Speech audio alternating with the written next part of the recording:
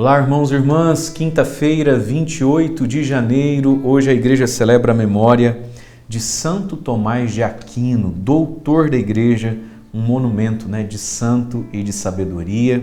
Muitas pessoas fizemos juntos, a novena a Santo Tomás de Aquino, um santo lá do século XIII, junto com Santo Agostinho, os dois maiores filósofos e teólogos da história da igreja. Na internet tem bastante coisa boa a respeito dele, que valeria a pena você conferir. E a partir de hoje nós estamos voltando também com o nosso ofício das leituras, tá bom? A gente se organizou de novo e vamos voltar com os nossos ofícios da leitura. O que é isso? Todos os dias a igreja tem um evangelho e também para cada dia do ano a igreja tem um texto sagrado para meditar de um santo padre da igreja, de algum grande santo, enfim, um texto de espiritualidade e de doutrina. Tem tudo isso aqui dentro do nosso canal do YouTube. Se você ainda não é inscrito, se inscreve, ativa o sininho, dá joia, like, o joinha, e assim o canal continua crescendo. Já passamos de 300 mil, Tudo para a glória de Deus e para a palavra de Deus chegar em muitos corações. Vamos refletir então o evangelho de hoje, meus queridos. Está lá em São Marcos, capítulo 4, versículos de 21 a 25, e diz assim: Naquele tempo Jesus disse à multidão: Quem é que traz uma lâmpada para colocá-la debaixo de um caixote ou debaixo da cama? Ao contrário, não a coloca num candeeiro. Assim, tudo que está escondido deverá tornar-se manifesto, e tudo que está em segredo deverá ser descoberto. Se alguém tem ouvidos para ouvir, ouça. Jesus dizia ainda: Prestai atenção no que ouvis. Com a mesma medida com que medirdes, também vós sereis medidos, e vos será dado ainda mais. Ao que tem alguma coisa, será dado ainda mais. Do que não tem, será tirado até mesmo o que ele tem. Palavra da salvação, glória a vós, Senhor. Muito bem, irmãos e irmãs, Jesus hoje faz uma pergunta, Quem é que acende uma vela, uma lâmpada, para deixar debaixo da cama? A luz não é acesa para que algo a encubra. A luz é acesa para iluminar a todos. Portanto, é preciso, ao contrário, não coloca essa lâmpada, essa vela, essa lamparina, não a coloca num candeeiro, não coloca no alto.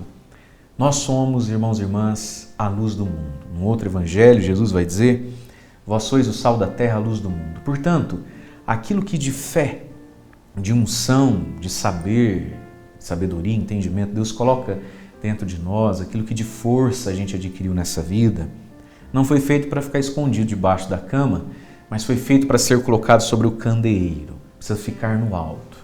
Qual seria o nosso candeeiro? O que nos coloca no alto? Talvez a gente pudesse hoje entender que o candeeiro que vai me colocar no alto para iluminar seja a minha cruz. Lá no Evangelho de São João, Jesus disse assim: Quando o Filho do Homem for levantado na cruz, atrairá todos a si.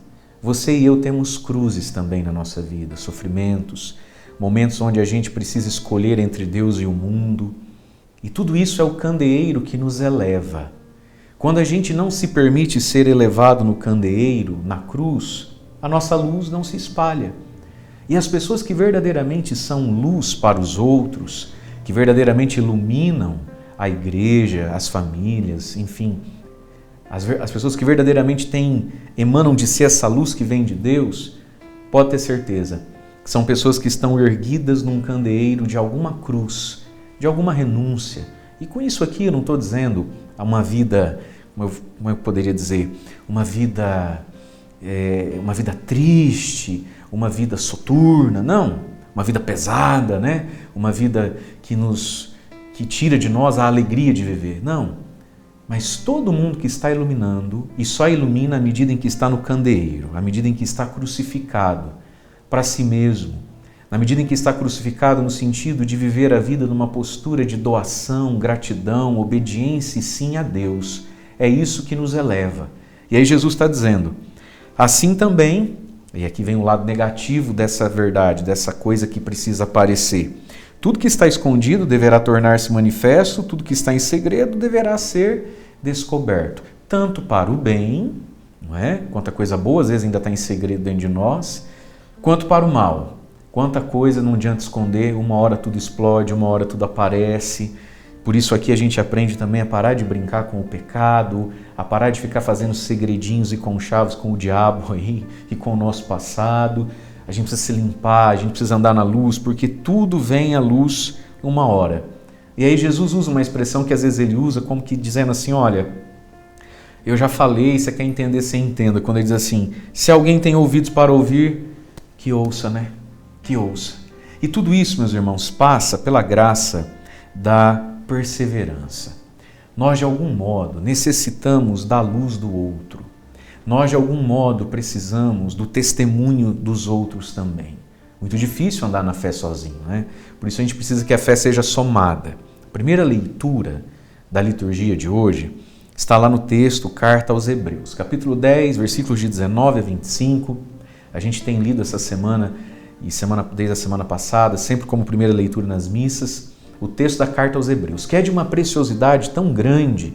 E hoje também, confira aí depois na sua Bíblia, Hebreus capítulo 10, versículos de 19 a 25, vai dizendo, sendo assim, irmãos, temos plena liberdade para entrar no santuário, no céu, diante de Deus, pelo sangue de Jesus. Aí ele vai dizer, no versículo 22, sem desânimo, continuemos a afirmar nossa esperança, porque é fiel quem fez a promessa. Olha, sem desânimo, você e eu afirmemos todos os dias a nossa esperança, a nossa fé, porque a luz não foi feita para ficar debaixo da cama. E aí vai dizer mais, lá no versículo 24, sejamos atentos uns aos outros, para nos incentivar à caridade e às boas obras, ao amor a Deus. Como é bom quando a gente tem na vida quem nos incentiva ao bem, à fé. Portanto, sejamos atentos uns aos outros para nos incentivar. Por isso que, de vez em quando, um elogio é bem-vindo, um parabéns, continue assim. Às vezes a gente nunca sabe quando a gente está sendo uma resposta e uma confirmação de Deus na vida do outro. Olha o que diz a palavra, sejamos atentos uns aos outros para nos incentivar. Nós precisamos dar e receber incentivo, também na fé. E vai dizer mais, não abandonemos as nossas assembleias como alguns costumam fazer. Antes procuremos nos animar mutuamente. E tanto mais quando vedes o dia se aproximar, não abandonar as assembleias, não abandonar a igreja, não abandonar a comunidade, como alguns costumam fazer. Pessoas que começam, mas não terminam na fé. Não abandonemos nossas assembleias. Aí de novo, antes procuremos nos animar mutuamente, um ao outro, com a nossa perseverança, com a nossa fidelidade. Talvez você não saiba, talvez você nunca vai saber que você às vezes foi ânimo e motivação para alguém. Quantas vezes alguém foi ânimo e motivação para mim, essa pessoa nem ficou sabendo disso. A vida, o testemunho, a presença. Nos motivemos mutuamente. Por que essa esperança? Voltemos para o Evangelho no versículo 24. Jesus diz, prestai atenção, com a mesma medida com que medirdes, vós também sereis medidos, e vos será dado mais ainda. Qual é a medida que eu uso para a vida? Qual é a medida que eu uso para a fé? Qual medida eu ponho como limite, como padrão para a minha vida espiritual, para a minha vida de oração, para a minha doação a Deus? Medida estabelece limite, medida estabelece até aqui, não mais do que isso, senão está fora da medida.